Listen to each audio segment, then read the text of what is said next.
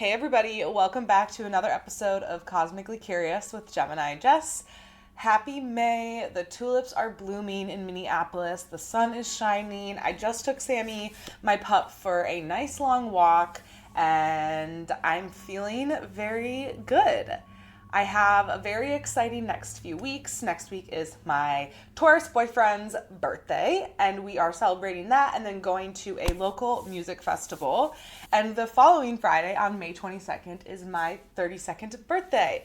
So the next few weeks are really, I feel like, going to be all about just living in the moment and being happy, enjoying time with my family, my friends, and just celebrating life. I feel like May is always such a beautiful month, and not because it's the beginning of Gemini season, but because of the change of the seasons. And I love springtime. I'm a springtime girly. I love thunderstorms, even though my dog does not. And I will choose spring over fall every single time. But anyways, I digress. Before we move into the astrology of this week, let's just touch on some of the main pieces from last week. We did have Pluto go retrograde, and I did not talk about this last week because it's not that it doesn't matter, but it's just not something I really want to spend my time on, because Pluto and the other outer planets go retrograde 5 months out of the year, every single year. And so you won't really feel this on an individual level. If you are curious, there are themes that we can see collectively around when outer planets go retrograde and when they go direct again. But I just don't really feel like spending that much time on it because I just don't really care. And I feel like this Cosmically Curious is really about using the astrology in your own unique life and how you can use it as invitations to deeper self-reflection, deeper self-awareness, and new perspectives that maybe you wouldn't think or see without this. We also had the Mars-Jupiter square and the Mercury-Pluto square early last week. And I think it's really interesting because when I was looking at the astrology, I was really curious about how this was going to show up. And I personally did not experience it that much. I did have some things come up last weekend right before these shifts and these squares, so it could be a little bit connected, but I think that's just a good reminder that not all the astrology is going to be felt so viscerally by everybody. And so when you're listening to these episodes, take it or leave it, right? Just let it be known in your subconscious, let it be known in your psyche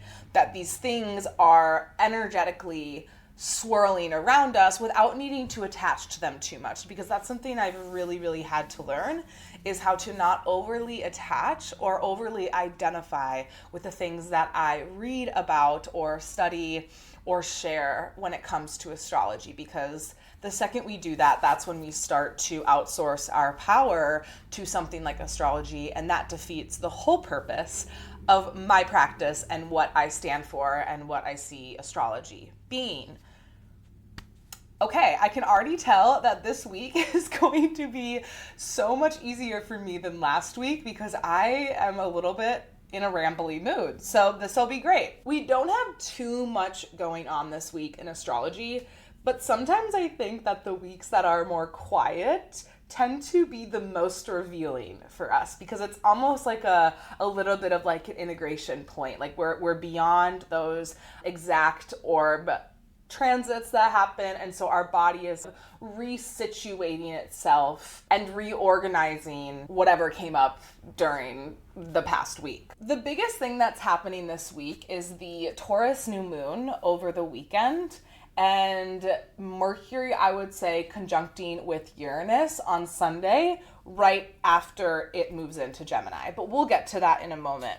We start Monday out with a Pisces moon, and this is not always the most supportive moon energy to be starting a brand new week on, because Pisces tends to be a little bit aloof. It can be rather distracted and kind of lazy potentially, but like everything in astrology, nothing lasts forever, and the moon will move into Aries on Tuesday. So we'll have that more initiatory forward momentum feeling on Tuesday night and then waking up Wednesday morning. So if Monday and Tuesday feel a little difficult to get things done, that's okay. It won't last forever, and we will welcome in that Aries moon when we wake up on Wednesday morning. We then move into the Mercury cazimi on Thursday at 9:34 a.m., which I love this because basically a cazimi is a term used for a planet that is conjunct the sun. Okay, and so cazimi means in the heart of. So when you think about it, we have the sun sitting here at late degrees of Taurus. Mercury is here and it's coming up into next to the sun, and then they're right on top of each other. They're conjunct. They're at the same degree of Taurus in the sky. And when we think about we can really see the sun shining its light on Mercury and illuminating everything related to Mercury. So whatever house you have this in, or whatever degree, let me check what the degree is. Okay, it's happening at 23 degrees Taurus. So wherever you have 23 degrees Taurus in your chart, that is where you can expect to see this energy illuminating or showing up in your life. So you can look to the house that it's in. You can look to see if you have any planets at 23 degrees Taurus, and you can kind of go from there. Mercury cazimis most often bring fresh insights or new perspectives and perspective shifts around certain areas or ideas of within and of your life. And this is a great day to journal more than you normally would, to be really paying attention to the things and the ideas that are coming into your mind. Many of us are on autopilot so much that we have these ideas that come up. We process things constantly. We're humans. We're in our brain. We're intellectualizing things. So really actually slowing down on a day like a Mercury cazimi and paying attention to what comes up. Do you have a new business idea? Do you have a new feeling towards a partner or a friend? These things are trying to tell us something. And like I always say, anything that is being made conscious in your life is meant to be looked at, processed, alchemized, and worked with ultimately. So Thursday morning, really good opportunity for new insights and shifts in perspective. And with this in Taurus, we can really add to that because it's this idea of like what really aligns to your values. What things in your life are potentially holding you back from building the things that you want to build? Not what other people want you to build, but what you want to build. It's great too because this is happening right before the new moon on Saturday at 3 p.m. at 25 degree Taurus. So this is happening within 2 degrees of where the new moon is going to be, which shouldn't go unnoticed. A lot of times astrology is playing out these connected stories through the planets, through things as complicated as degree theory, which I won't go into. But this is really important because the things that are going to start showing up in your life on Thursday, we can really work with through the weekend as we set intentions around the new moon. And it has to do with that Taurus energy, looking to see where 23 to 25 degrees is in your chart, the house, if there's any planets at that degree in Taurus or in any other fixed sign like Scorpio, Aquarius, or Leo as well, because those are all going to be activated by this cazimi and this new moon on Saturday. Taurus is the energy of building the blocks, building the foundation so that you can actually create something that lasts. It's about security and stability, our relationship to our self-worth and our relationship to money and finances. It's really this idea Thursday through the end of the week around any sort of ideas or ways in which you want to build something that lasts, whatever that something is for you.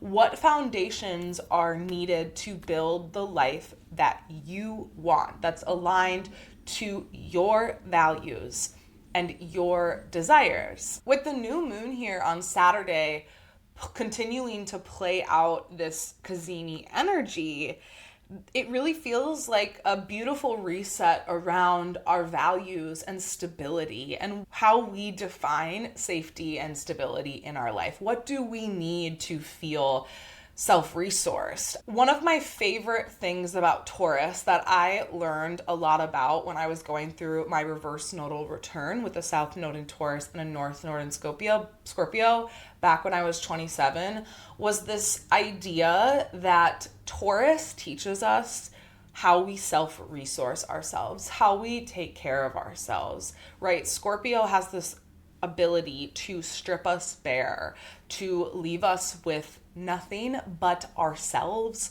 our body, and our humanness. And so I always think of Taurus as the creation of inner pillars that stand firm and strong amidst earthquakes, amidst shakiness, and this idea that you can feel safe and secure within yourself because you have created such strong inner pillars. Those inner pillars can be resilience that is built through challenges, right? It can be being so firm in our value systems that we know what's right for us, what's not right for us, and any sort of boundaries that we must create in order to honor these pillars. This new moon is a really good time to do some value work. You can Google list of values online and take some time to narrow those down to your top 3 values. And sometimes those can change. I do this practice maybe once or twice every few years, and sometimes they do shift, but there is a theme in my values, and some of those things are pretty unshakable and not changing. This new moon is bringing back in this idea of slow and steady wins the race, intentional new beginnings rooted in what is worth sustaining for you, right? What do you need to sustain in your life to feel safe, secure, to create a bank account that makes you feel happy with the amount that you have in it? It can be that material and that practical, especially in Taurus, because Taurus is very much rooted in this 3D material world. Whatever intentions you set this weekend will accumulate, I can never say that word, around October 26th in 6 months. So set your intentions, journal them, write it out, and then simply just let it be. You don't have to consciously take action on these intentions every day or every week, but just putting it out there, just being reflective and curious about the things that are wanting to be birthed in your life during a new moon will more often than not play themselves out within that 6-month cycle, reaching up to the full moon in Taurus on October 26th. Something that is also playing out during this new moon on Saturday is the Mars conjunct Chiron in Aries. This is at 27 degrees, so it's late degree Aries. Mars is soon to move into Taurus, and we're coming out of a lot of that Aries activation that we had in April. We still do have Saturn and Neptune in Aries, of course, but once Mars moves out of Aries, that's all there is. The more personal planets have all made their way to Taurus and now into Gemini. So this feels like a little bit of a last Aries hurrah before we really lean into the Taurus energy, welcome in the exchange of Gemini and the flexibility and the airiness that comes with that. And so there will probably be a flavor here next week into the new moon with this Chiron conjunction, because Chiron is going to feel very poked and prodded at with Mars, right? Mars to me is the agitator in a chart. And when it's conjunct something, it's poking at it. And it's different than if it was squaring Chiron, because that's a little bit more tense. It's like, hey, I'm gonna shake you up. But conjunct Chiron, it's really saying, hey, we need to get real with ourselves on these wounds and these things around our identity and our desire and our self-expression and going after what we want. We really need to look at that and do something with it and stop being idle or letting it control you. So some things around identity, honoring your expression and your desires, really claiming your values, speaking your values into the world, and where you can really release control or any beliefs that may hold you back. So that conjunction is flavoring this new moon, because it's really important to see what other aspects and transits are playing out in the sky during something like the new or the full moon. So my recommendation as your astrologer for this weekend is to, one, be journaling. As a Gemini with a lot of air, I love to journal. I know it's not as easy for some people as it is for me, but I highly, highly recommend starting a journaling practice, even if you only start by doing it on the new and the full moons, because that alone is so powerful to track your intention setting and the energies that are trying to play out and being made known to your conscious human experience. So one, be journaling, I would say every day, but at least starting Wednesday night, Thursday morning through the weekend, paying attention to any themes that come up. I would also recommend moving your body. That Aries Chiron Mars conjunction, whenever Mars is really engaged, it's our physical body. It needs to express itself through movement, but we have all of the Taurus energy. So maybe it's not lifting weights or running. Maybe it's doing that extra yoga class, going to that Pilates. Breath work is also really, really powerful for Taurus energy and in general. If you are looking for support on breathwork, please reach out to me, because I have sessions available and I can curate a breathwork practice for you based on what you are needing. Also stay tuned, because I will be starting to do some new moon and full moon sessions where we talk about the energies of the moon cycle and then go into a breathwork practice to honor that energy and play with it. So I'm really, really excited about that.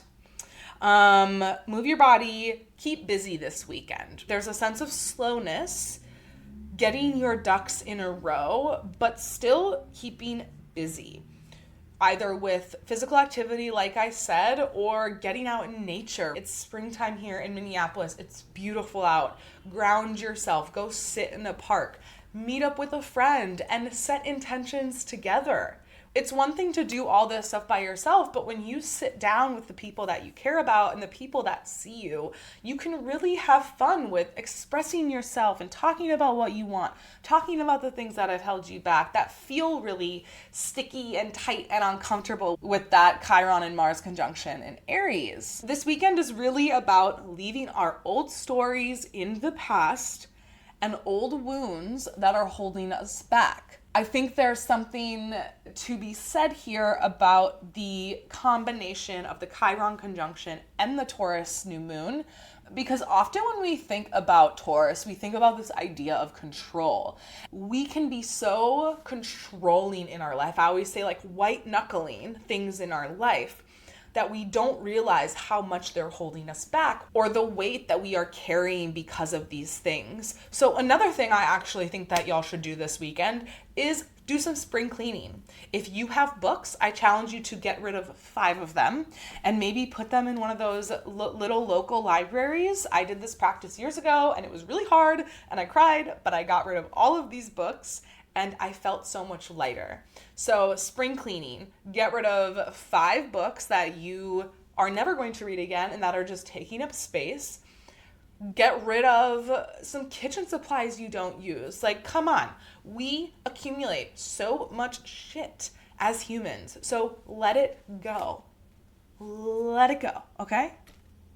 Cool. The last thing that I want to talk about this week is the Mercury and Uranus conjunction on Sunday at 1 degree Gemini. The reason I'm so excited about this is because this is conjunct my 0 degree Gemini sun.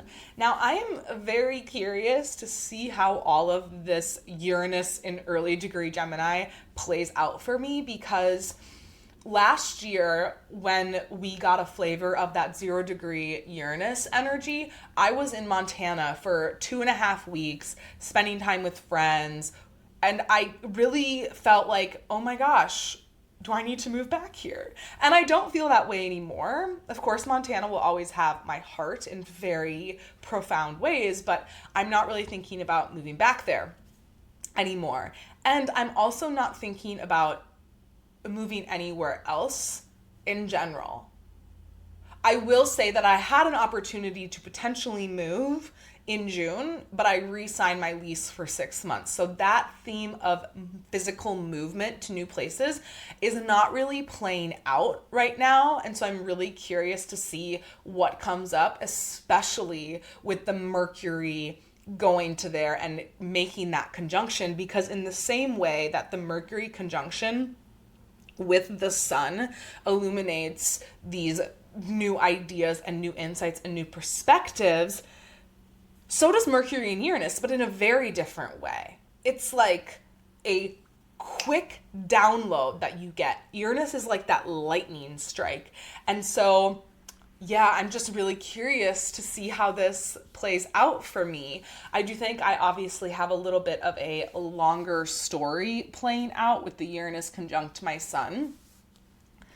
But I am open, and I got my brain on, my crown chakra's open, and I'm ready to get the energy and get the experience and the wisdom and the insights that I'm meant to have. Once Mercury completes its conjunction with Uranus, it is officially ingressed into Gemini for the next 3 weeks, joining Venus there, and Mercury is at home in Gemini. Mercury loves being in Gemini. I am a Gemini sun and a Gemini Mercury, so I am like, wow, double Gemini. Can you tell? I don't know, maybe. I feel like I am. But things will really start to speed up in a way that feels very different than the speed of April. Because the speed of April was like, we got to start all these new things. I have all these ideas. I have so much energy. I can't figure it out. Or I'm burnt out. I can't hold all of this newness and all of this stuff that's trying to be actualized. Where Aries is about ignition, igniting something. Taurus is about digesting and processing, and Gemini is about exchange and connection about said thing. So at this point, Gemini energy is really coming in to spice things up, to remind us to be flexible, right? Remind us in that Taurus energy that we need to release our grip on things and let things play out. There's the obvious word of adaptability with Gemini here as well. And of course, curiosity, conversations, and lots of ideas. I love thinking of Gemini as the bee, the little buzzing bee that bounces from flower to flower and gets pollen on its ass and then goes to the next plant, puts a little bit of its butt with the pollen on the next flower, and then keeps going. I also think of the idea of taking my dog for a walk and having her sniff like crazy, right? It's like the social media for dogs is sniffing the different smells on a walk. And then sometimes she'll smell a smell and be like, I need to get on top of that. And so she'll literally go to the bathroom on top of most likely another dog's smell. It's this idea of pollination and pollinating ideas, being a messenger. When we think of the glyph of Gemini, it's the 2 lines with the lines at top and bottom, and it's literally a bridge between heaven the universe and Earth. And so Geminis really are that bridge of information and speaking it out. If you have Gemini in your chart, it does not mean that you are a naturally good communicator. It means you're learning how to communicate in this lifetime.